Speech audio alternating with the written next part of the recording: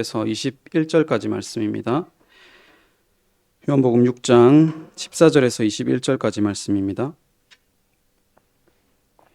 우리 한 절씩 교독하시겠습니다. 그 사람들이 예수께서 행하신 이 표적을 보고 말하되 이는 참으로 세상에 오실 그 선지자라 하더라. 그러므로 예수께서 그들이 와서 자기를 억지로 붙들어 하시고 다시 혼자 산으로 떠나가시니라. 저물매 제자들이 바다에 내려가서 배를 타고 바다를 건너 가버나움으로 가시는데 이미 어두웠고 예수는 아직 그들에게 오시지 아니하셨더니 큰 바람이 불어 파도가 일어나더라.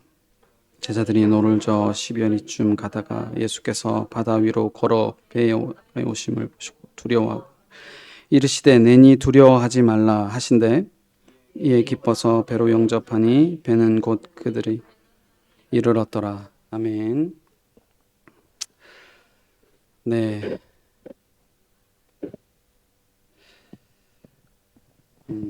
나는 생각한다, 고로 존재한다라는 말 들어보셨나요? 나는 생각한다, 고로 존재한다. 이거 누가 한 말이죠? 이 정도는 알아야 됩니다. 예, 중학교 교과서에 뭐라고요? 니체. 괴체. 데카르트가 한 말입니다. 데카르트. 의심의 여지가 없이 데카르트가 한 말입니다. 안 믿습니까? 이게 사실은 생각한다라는 번역이 조금 이제 생각해 봐야 되는데요. 사실은 나는 의심한다, 고로 존재한다라는 말입니다. 데카르트는 이성주의 학자, 합리주의 학자입니다. 그래서 모든 것을 의심해야 된다. 이걸 뭐라고 하냐면 방법적 회의. 우리 도덕 시간, 윤리 시간에 배웠죠? 생각납니까? 방법적 회의? 분명히 시험에 나옵니다. 이거는 선생님들이 별표 3개 쳐준 거죠. 근데 다 까먹습니다. 방법적 회의. 모든 것을 의심해 보라라는 겁니다. 세상의 모든 것을 의심해 보면 딱 하나 확실한 것이 있는데 의심하고 의심해 보니 의심하고 있는 나라는 존재는 확실하더라. 무슨 말인지 알았습니까? 이게 무슨 말인지 저도 모르겠습니다. 모든 것을 의심해 보자. 이거는 진짜인가? 신은 있나? 세상은 왜 존재하나? 계속 의심해 보니까 의심하고 있는 나라는 존재는 확실히 있다. 그래서 이 확실한 명제로부터 다른 모든 명제를 합리적으로, 논리적으로 추론해가는 것이 이 데카르트라는 학자입니다. 이 합리주의, 이성주의는 이제 종교 시대, 르네상스 시대에 엄청난 많은 영향을 미쳤죠. 여러분, 이게 진리 같습니까? 비진리 같습니까? 나는 의심한다, 고로 존재한다. 이건 학문적으로도 뒤이어서 많은 학자들에게 비판을 받습니다. 데이비드 휴մ 이런 애들 아십니까? 니체 이런 애들한테 하이데거 이런 애들한테 비판을 받습니다. 어떻게 나의 존재를 나의 이성적인 사유로만 이렇게 존재를 확인할 수 있느냐? 그럴 수 없다. 인간이라고 하는 것은 이성적인 존재임과 동시에 감각적인 존재이고 관계적인 존재이고 그리고 존재 자체를 내가 생각하는 것으로 정의할 수 없다. 이런 걸로 비판을 받았습니다. 근데 이걸 성경적으로 생각해 보면 이 세상의 모든 학문은 나로부터 시작합니다. 이 세상의 모든 철학의 인식론이라고 하는 것도 결국은 인본주의입니다. 나로부터 시작하는 겁니다. 근데 그래서 세상의 모든 학문들은 내 존재를 스스로 증명해내기 위해서 살아가지만 성경이 가르치는 나의 존재는 누군가 정해주시는 것입니다. 불러주시는 것입니다. 우리 김춘수 님의 꽃이라는 시 아십니까? 제가 한번 읽어드리겠습니다. 내가 그의 이름을 불러주기 전에는 그는 다만 하나의 몸짓에 지나지 않았다. 내가 그의 이름을 불러주었을 때 그는 나에게로 와서 꽃이 되었다. 내가 그의 이름을 불러준 것처럼 나의 이 빛깔과 향기에 알맞는 이름을 불러다오. 그에게 가서 나도 그의 꽃이 되고 싶다. 우리의 존재를 아무리 탐구해봐도 해결이 되지 않아 하나님께서 나의 이름을 불러주기를 간절히 소망하는 그 염원이 우리 성령께서 주시는 마음 안에 있습니다. 그래서 오늘도 하나님께서 우리를 어떻게 불러주시는지, 우리의 존재가 어떻게 증명이 되는지 논리가 아닌 진리로 설명이 됐으면 좋겠습니다. 제가 어제 제 친구가 또 개척을 하는 바람에 개척 설립 예배에 다녀왔습니다. 기브 앤 테이크죠. 저한테 왔기 때문에 갔습니다. 그 농구하는 무리에 있는 친구인데요. 농구하는 친구 중에 저밖에 안 갔더라고요. 농구하는 무리 저한테 많이 왔었거든요. 왠지 뿌듯하더라고요. 걔보다 내가 인기가 있구나. 입시가 쓸데없는 얘기 안 해야 되는데 어쨌든 그 범어사 쪽에 그 친구 개척 예배 갔었어요. 갔다가 오는 길에 어느 교회를 지나치는 줄 아십니까? 그쪽에서 범어사에서 구사IC로 오면 반드시 지나야 되는 교회가 있습니다. 알고 있습니까? 예, 맞습니다. 이름 잘못 지은 교회죠. 화목하지 않은 교회. 우리도 이름을 잘못 지었습니다. 남의 교회인데 우리 교회라 지어가지고 어찌됐건 그 교회를 지나는 중에 그 목사님에게 전화를 한번 드려서 전화 안 드린 지도 오래되기도 해서 전화를 드렸습니다. 전화를 드리니까 뭐 잘 살고 있냐, 잘 살고 있다. 내일 설교는 준비가 잘 되셨냐, 뭐 안 되고 있어서 지금 미생 보고 있다. 뭐 이런 얘기 하면 안 되는데 그죠? 사적인 얘기인데. 그래서 제가 어쨌든 뭐 인사치레기도 하고 저의 진심이기도 해서 목사님 제가 설교 열심히 잘 듣고 있습니다라고 얘기하니까 차 목사님 뭐라고 할게요? 의심하지 말라니까. 진심이라니까. 열심히 잘 듣고 있어요. 매주 하나도 안 빠지고 듣고 있습니다. 뭐라고 했냐면 네 글자로 했어요. 말라든 노. 근데 그 말이 참 인상 깊더라고요. 말라든 노. 그 사람의 진심인지는 알 수는 없지만 말라든 노라는 말이 저의 말이기도 합니다. 말라 듣습니까? 말라 듣습니까? 제가 말하는 것이, 제가 준비한 것이 뭔가 확실하고 대단한 자부심이 있으면 잘하고 있다라고 대답을 할 텐데 말라듣노라는 말 안에 막 여러 가지가 담겨 있는 것 같더라고요. 저도 설교를 하면 부끄럽습니다. 그래서 잘하고 싶은데 잘하지 못한다는 생각도 있고 또 이게 또 잘할 수 있는 것이 아니라 어차피 또 내 죄를 까발리는 일이라 부끄럽습니다. 그래서 안 들었으면 좋겠는데 진심은 아닙니다. 네. 들었으면 좋겠는데 안 들었으면 좋겠고 뭐 그런 이중적인 마음이 드는 것이 사실입니다. 그렇더라도 어쨌든 준비한 설교기에 잘 들어주셨으면 좋겠습니다. 오늘 모르겠어요. 설교가 제 생각에는 좀 중요한 내용이다 싶기도 한데 뭐 한번 잘 들어주셨으면 좋겠습니다. 오늘 본문은 이제 말한 대로 모세가 말한 선지자가 바로 저 예수님이로구나 하고 그 무리들이 바로 알아챘습니다. 그래서 어떻게 하려고 합니까? 예수님을 왕 삼으려고 합니다. 왕 삼으려고. 좋은 일입니까? 나쁜 일입니까? 예수님을 보고 왕 삼으려고 하는 그들의 행위 말입니다. 좋아 보이지 않습니다. 이스라엘이 맨 처음에 세운 왕이 누굴까요? 이스라엘이 맨 처음에 세운 왕이 누굽니까? 사울입니다. 사울을 왜 세웠을까요? 사울을 성경이 묘사하기로 이렇게 묘사합니다. 사무엘상 9장 2절입니다. 이스라엘 자손 중에 그보다 더 준수한 자가 없고 이스라엘 자손 중에 그보다 더 준수한 자가 없답니다. 키는 모든 백성보다 어깨 위만큼 더 컸더라. 그러니까 사울을 왕 삼은 이유는 흠모할 만한 모양이 있었기 때문입니다. 운동이라는 것도 해보면 사실 인물이라는 것도 해보면 우리 여기 쭉 인물들 보니까 다 고만고만하죠. 그러니까 좀 비교도 됩니다. 좀 경쟁도 하고. 근데 여기 월등한 사람이 있다고 칩시다. 월등한 미모와 잘생김을 겸비한 사람이 있다 치면 감히 근접하지 못합니다. 그래서 조공을 갖다 바치게 돼 있습니다. 운동도 마찬가지죠. 배드민턴 좀 비슷하게 치고 쟤는 제낄 수 있을 것 같은데 하면 이기면 기분 좋고 그렇습니다. 근데 월등히 잘 치는 사람이 있으면 감히 경쟁하려고 하지 않습니다. 조공을 갖다 바칩니다. 모든 운동의 세계는 그렇습니다. 세상도 그렇고요. 월등하다 싶으면 섬겨야 됩니다. 예수님도 마치 이제 월등해 보이는 거예요. 왜요? 기적을 행했거든요. 초현실적인 분이거든요. 근데 예수님은 왕으로 삼으려고 하니까 어디로 갑니까? 산으로 도망가 버립니다. 이건 예수님이 왕 되기 싫어서 그런 게 아니라 예수님은 우리의 진정한 왕이 되셔야 하는데 너희들이 그렇게 섬기려는 왕은 사탄이란다라는 말이에요. 그래서 도망가 버립니다. 무리를 위해서. 진정한 왕은 사울이 아니라 누굽니까? 하나님이 세우고 싶은 왕은 당시로 돌아가면 사울이 아니라 누구죠? 다윗이죠. 다윗은 여러분 왕이 될 모양이 하나도 없는 자입니다. 알고 계십니까?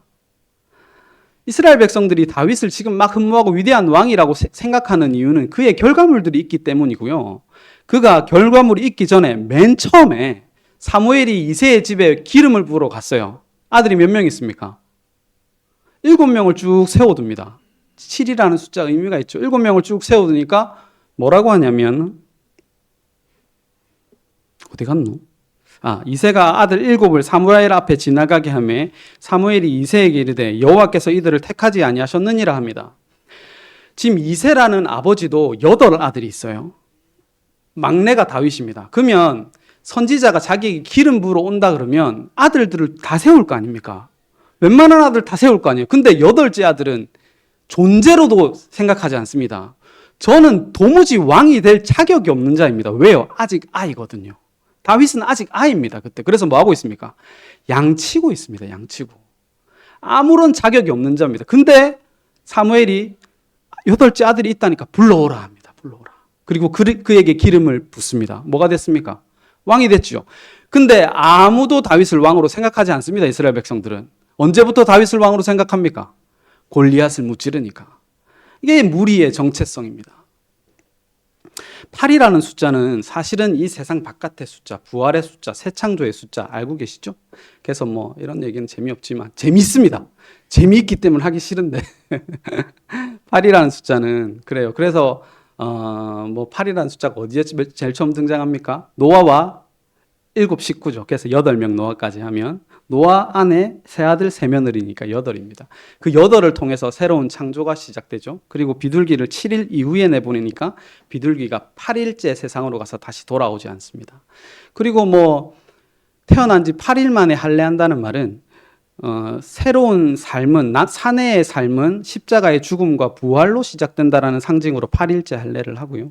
그리고 우리는 지금 며칠째 모입니까? 오늘이 몇 번째 날입니까? 8번째 날입니다. 8번째 날. 그렇죠?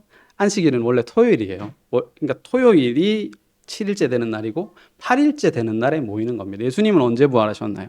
8일째 되는 날에 부활하셨습니다.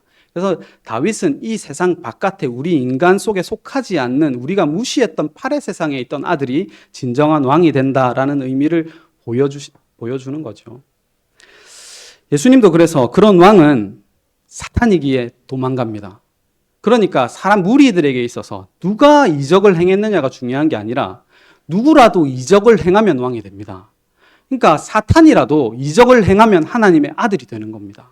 그게 우리의 무리의 한계입니다. 여러분, 제 말하는 것에 스피치 안에 진솔함이나 진정성이 있어 보입니까? 제 성격상. 예? 뒤쪽에요. 무슨 말인지 모르겠어, 경훈아. 그래가지고 어쨌든 제가 말하는 것 안에 진정성과 진솔함이 있을까요? 어떻게 여러분은 확인하십니까?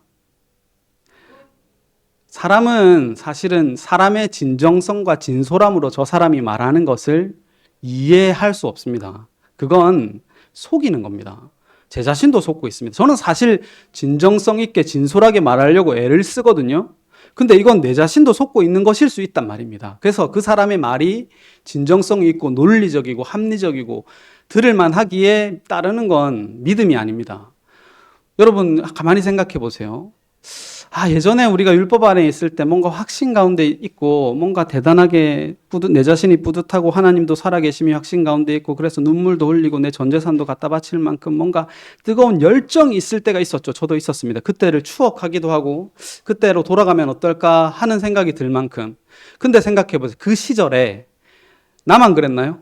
많이 있었죠. 그 친구들 다 지금 잘 믿고 있습니까? 제가 세보니까 거의 다 날아간 것 같아요. 지금 세상으로 떠난 친구들도 많이 있습니다. 그러니까 그 확신이라고 하는 것도 믿을만 하지 않습니다. 여러분, 의심의 반대말이 믿음이 아닙니다. 이거 정말 중요한 개념이에요. 의심의 반대말이 믿음이 아니에요. 이거 누가 한 말이, 이건 누구의 설교를 듣고 제가 떠올린 말인데 요즘에 이런 사람은 얘기해도 될 것 같아요. 박진영이가 설교를 합니다. 알고 계십니까? 설교를 몇 번 했어요. 그리고 말이 엄청 화려해가지고 설득력이 제법 있습니다. 그 사람이 이제 그래도 어쨌든 구원파예요. 그래서 이제 듣는 얘기를 해보면 사실 오늘날 기독교가 하는 소리하고 똑같이 합니다. 그리고 너무 잘합니다. 그 사람이.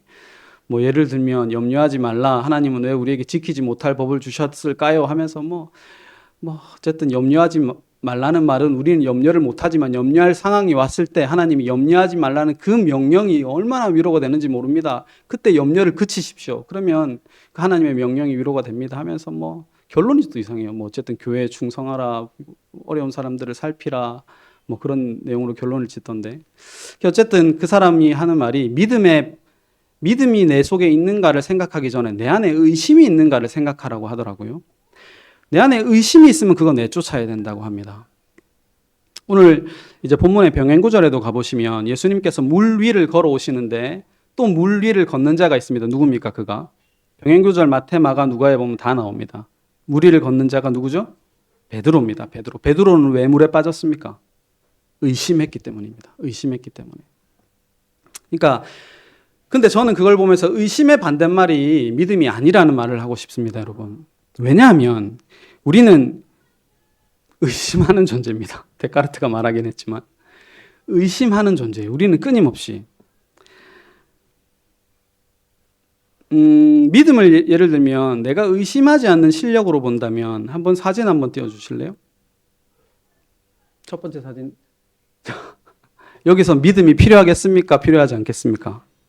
저 친구 앞에 있는 친구가 믿음이 있어 보이나요? 없어 보이나요? 확대해 주실래요? 믿음이 없어 보이죠? 다시 이전 사진 보시면 저 뒤에 있는 친구는 믿음이 있어 보이나요? 없어 보이나요? 저 뒤에 있는 친구 한번 보여주실래요? 다 앞에 하고 있습니다. 앞에 친구를. 앞에 친구 때문에 지가 못 가고 있거든요. 앞에 친구가 안 가는 거예요. 자꾸. 다 앞에 하고 있죠. 믿음이 있습니다. 제일 뒤에 친구 한번 보여주실래요? 이게 믿음이 있는 모습입니다. 알겠습니까? 이 완벽한 믿음이죠. 두 손을 놔버립니다. 표정 보세요. 전혀 두려움이 없지요? 두려움이 없습니다. 내가 왜 그럴까요? 저는 의심하지 않습니다. 의심하지 않아요. 저 줄을. 그리고 내가 이걸 잡고 있는 게 아무 의미 없다는 합리적인 연구를 했습니다. 이걸 제가 잡고 있는다고 이거 의미가 없구나. 놔버려도 아무 상관이 없구나. 열심히 태영이하고 균형 잡고 있는 거예요. 팔이 아파 죽겠대요. 그 말을 듣고 제가 부끄럽습니다. 다시 이제 다른 것 보여주십시오. 그래요. 믿음은 이런 게 아니라는 말입니다. 그러면 제가 제일 믿음이 좋죠. 의심이 없으니까요. 믿음은 뭐냐면 의심하여 빠져가는 자에게 손을 내미는 게 믿음입니다. 그분이 누굽니까? 예수님입니다. 믿음이 없는 자에게 손을 내미는 게 믿음이라고요. 그러니까 애초에 믿음은 내 것이 아닙니다. 그러니까 믿음의 반대말이 믿음입니다. 의심의 반대말이 믿음이 아니고요. 믿음의 반대말이 믿음이라고요. 내가 확실히 믿습니다라고 생각하는 그 반대말이 믿음이라고요. 내가 확실히 믿습니다는 믿음이 아닙니다. 그러니까. 왜냐하면 믿음은 내가 소유할 수 있는 게 아니거든요. 만약에 내가 믿음을 가졌으면 내가 큰 자입니까? 믿음이 큰 자입니까? 내가 가졌으니까 내가 큰 자죠. 믿음은 나보다 엄청 거대하기 때문에 내가 감히 가질 수 없는 겁니다. 근데 성경이 믿음을 가진 자가 되라라는 표현은 사랑인 거예요. 말씀이 너희 안에 있다. 성령이 너희 안에 거한다. 내가 너희와 항상 함께 있겠다. 그 말인 겁니다. 사랑과 은혜로 받으셔야지 우리의 실력으로 받으면 안 됩니다. 근데 중요한 문제인데요. 지금부터 이제 중요한 문제인데 설명을 잘해야 되는데 설명을 잘해 보겠습니다. 중요한 문제입니다. 제가 설명을 잘해 볼게요. 자, 설명 잘해 보겠습니다. 날이면 날마다 오는 게 아닙니다.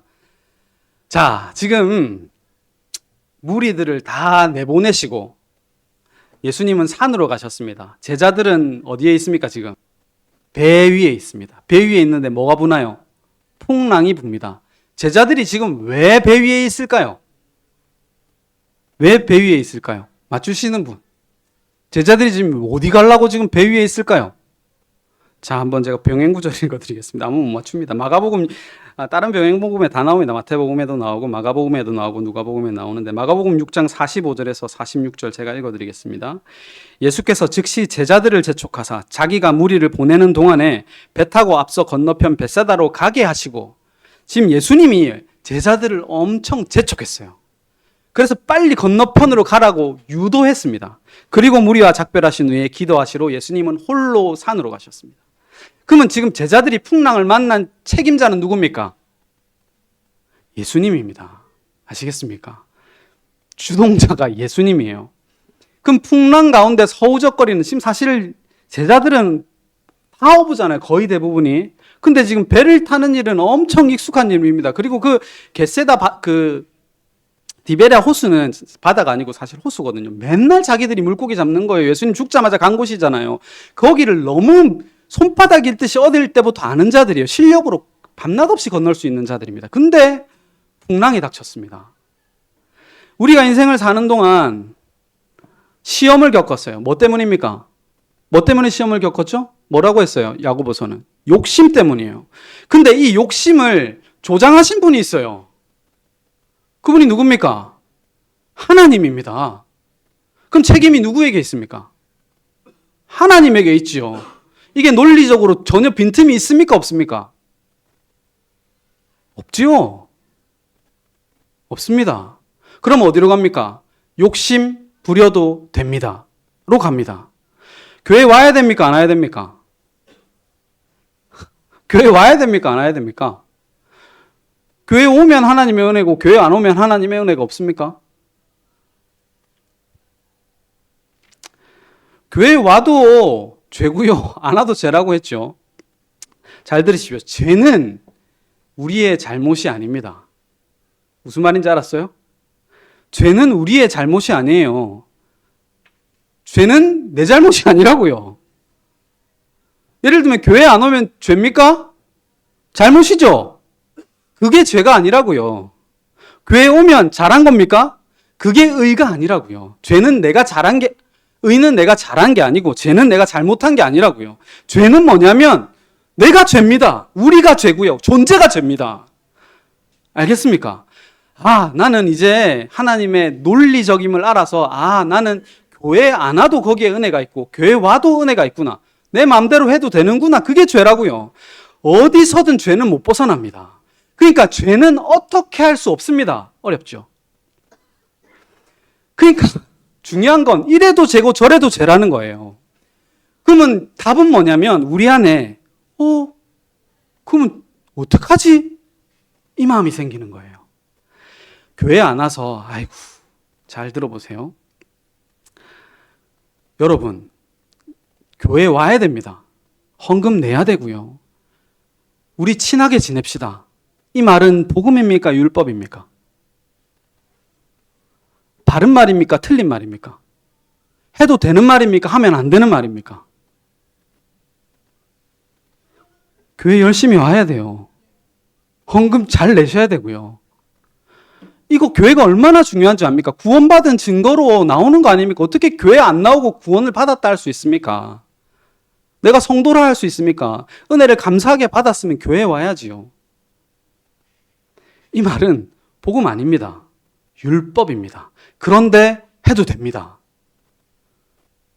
이해하셨나요? 좀 더 설명해 볼게요. 자, 하늘의 이야기가 있고요. 땅의 이야기가 있습니다. 저는 땅의 이야기를 하고 싶습니다. 왜냐하면 인간이니까요. 여러분, 우리는 밥을 먹죠? 그리고 누군가 돌아가시면 조문을 갑니다. 여러분, 만약에 제가 죽으면 제 장례식에 올 겁니까? 안 올 겁니까? 예? 만약에 내가 죽으면 여러분 제 장례식에 올 거예요? 안 올 거예요? 최영란 집사님 저 올 거예요? 안 올 거예요? 가죠? 너무 나는 복음적이라 가든 안 가든 상관하지 않고 갈 거죠? 왜요? 인간이니까. 제발 복음적이지 마시고 와주세요. 제 장례식에는 많이 부조도 좀 많이 내주시고. 인간이니까 그래요. 인간이니까 배고프면 밥 먹어요. 자식이 아프면 내가 아프고 싶어요. 부모가 돌아가시면 하늘이 무너져요. 여러분, 내가 너무 몹쓸병에 걸려서 아파요. 그럼 어떡하죠? 하나님 살려주세요 기도해요. 기복주의 그렇게 욕하고는 내 병이 나으면 어떡하죠? 하나님 감사합니다 그래요. 그걸 내가 감각해요. 감각해요. 내 일이니까. 그게 율법입니까? 복음입니까? 율법이에요. 우리는 거기서 못 벗어나요. 율법적이라고요. 그걸 인정하라고요. 풍랑이니까 의심하지 마세요. 여러분, 환난 가운데서도 내 자신을 죽이고 예수님을 붙드세요. 맞습니까? 틀립니까? 맞아요. 근데 그게 됩니까? 안 됩니까? 안 돼요. 예수님이 왜 우리를 풍랑으로 내모셨죠? 왜 우리를 시험 가운데로 내모셨습니까? 훌륭한 내가 되라고요? 정금같이 나오라고요? 아니요, 빠져 죽으라고요. 의심하고 빠져 죽어라. 그러라고 내몰았어요. 그리고 손을 내밀어 주십니다. 이게 믿음이다. 이 손을 내밀어 주시는 이 복음이 우리에게 어떻게 감각되죠? 율법으로밖에 안 돼요. 율법으로밖에 안 돼요. 그래서 제가 여러분에게 교회에 오세요 하는 겁니다. 교회가 필요합니까? 필요하지 않습니까? 복음으로 따지면 교회는 있어도 되고 없어도 돼요. 그런데 인간이니까, 우리는 너무 연약하니까, 죄인이니까, 우리는 여전히 율법 가운데 사니까 교회는 있어야 됩니다. 교회에 와야 됩니다. 헌금 내야 되고. 근데 이 말을 들을 때 왜 저런 말씀을 하시지? 저거 율법 아닌가? 라고 들면 그 사람이 죄인이에요. 와, 그래, 맞아. 교회 와야 되지. 헌금 내야 되지. 맞아. 교회는 필요하지. 그 마음도 죄인이고요. 둘 다에게 예수가 필요합니다. 그 말만 답이에요. 이건 논리가 아니고 진리입니다. 이걸 어떻게 논리로 설명하겠어요? 설명이 잘 됐습니까?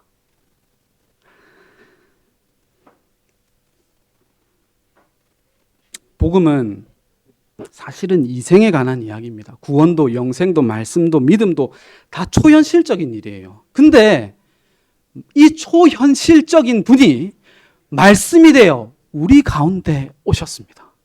현실이 되셨어요. 실제로 베드로에게, 물에 빠져가는 베드로에게 실제로 손을 내밀어 주셨습니다. 이건 초현실이 아니라 실제예요. 있었어요. 이걸 우리가 감각하기로는 율법으로 밖에 감각하지 못하지만 그걸 인정하는 거예요. 이게 얼마나 중요한지 모릅니다. 주의 말씀, 이 요한복음 6장의 결론이 뭡니까? 주의 말씀이 여기 계시오매 우리가 네게로 가오리까. 맞아요. 진짜 중요하죠. 우리 말씀이 여기 있으니까 다 온 사람 참 잘했어요. 네게로 갑니까? 말씀으로 와야 됩니다. 어떤 환경 속에서도 교회에 오셔야 됩니다. 진리 가운데 계셔야 됩니다. 만약에 제자들이 이 말씀에 끝까지 순종했으면 그 말씀에 따라야죠. 우리가 네게로 가겠습니까? 하고는 제자들이 다 어디로 갔습니까? 물고기 잡으러 갔어요. 물고기 잡으러 갔어요. 풍랑이 오면 인간은 빠집니다. 그게 인간이라는 존재예요.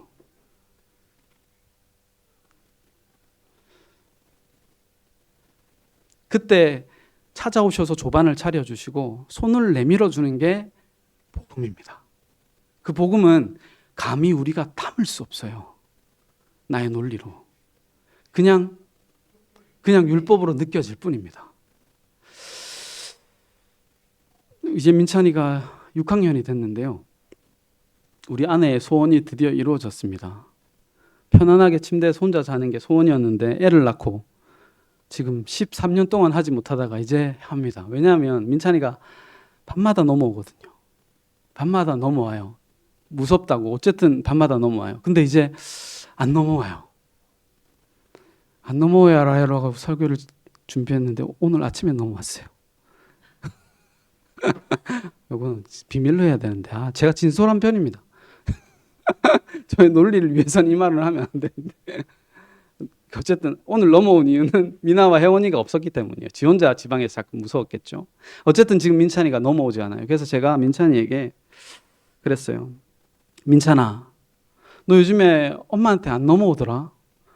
너무 잘했어, 민찬아. 너무 잘했어. 우리 민찬이는 사실 칭찬에 엄청 목마른 아이거든요. 그래서 민찬아 너무 잘했어, 너무 잘했어. 내가 칭찬을 해줬어요. 머리를 쓰다듬어 줬어요. 그러니까 민찬이가 우리 집안의 유일한 티 아닙니까? 그러더니 대뜸 바로 하는 말이 아빠 이건 내가 한 일이 아닌데 왜 나한테 칭찬해? 그러더라고. 무슨 말인지 알았어요? 이건 내가 의식적으로 한 일이 아니라는 거예요. 잠이 와서 잤대요. 이건 내가 칭찬받을 일이 아니라는 말이에요. 근데 가만히 생각해 보면 이런 일이 우리 인생 가운데 너무 많습니다. 우리는 자랑하고 싶어 하지만 내가 의도하지 않았는데 되는 일이 너무 많아요. 내가 숨 쉬는 것도 그렇고요. 내가 밥 먹는 것도 그렇고, 똥 싸는 것도 그렇고, 사실 안 좋은 일이 생기는 것도 그렇고, 이 모든 것은 내가 의도하지 않았는데 그냥 생겼습니다. 근데 하나님은 칭찬해 주는 거예요. 잘했다고. 잘했다고. 아무 맥락 없이 지가 한 일 아니라도 내가 칭찬해 주니까 민찬이가 좋아하더라고요.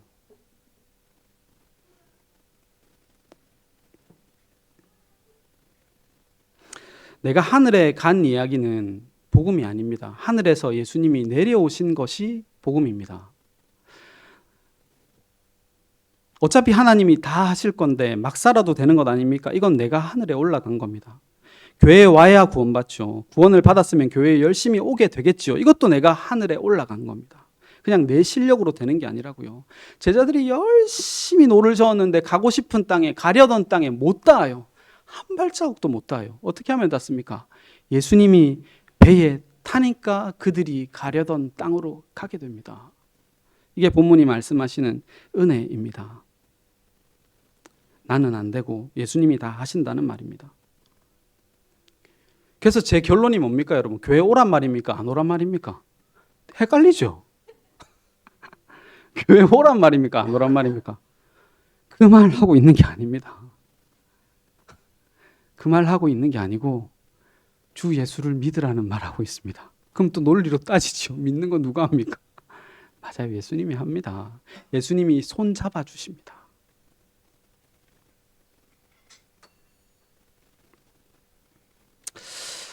우리는 어쩔 수 없이 오병이어라는 그 기적의 예수님만 섬깁니다.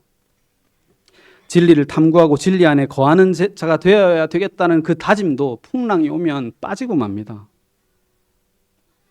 그래서 풍랑을 겪는 훌륭한 여러분이 되십시오라고 말할 수 없고, 빠지면 빠지십시오. 그리고는 붙드시는 손길이 있을 겁니다. 그 손길을 믿고 사시는 저와 여러분이 됐으면 좋겠습니다. 이 교회가 존재하는 이상 우리는 늘 잊고 늘 까먹고 늘 이 말씀이 새롭게 들립니다. 저도 그래요. 새롭게 들려요. 교회가 존재하는 이상 늘 이 말씀을 말씀하여 주시기를 소망해 봅니다. 예수님께서 우리를 세상 끝날까지 함께 하시겠다고 하셨사오니 가려던 땅 그곳까지 우리를 인도하실 줄 믿습니다. 기도하시겠습니다. 고마우신 하나님, 감사를 드립니다. 우리가 원하는 땅이 구원이고 천국인데 세상의 모든 것은 내 뜻으로 되는 것 같으나 그것만큼은 우리의 도무지 한 발자국도 우리의 힘으로 갈 수 없는 곳임을 말씀이 말씀하여 주시니 감사를 드립니다. 예수님께서 풍랑 가운데 있는 우리의 배 가운데 오셔서 우리의 힘으로 되지 않고 예수님의 능력으로 가려던 땅으로 가게 하시는 그 은혜로 사는 저희들 되게 하여 주시옵소서. 아무리 복음을 말씀하셔도 율법으로밖에 듣지 못하는 저희들임을 인정하게 하시고 우리에게 소망이 없고 오직 예수님의 십자가와 부활의 소망이 있음을 늘 바라보고 사는 저희들 되게 하여 주시옵소서. 예수님의 이름으로 기도합니다. 아멘. 다 같이 찬송가 400장입니다.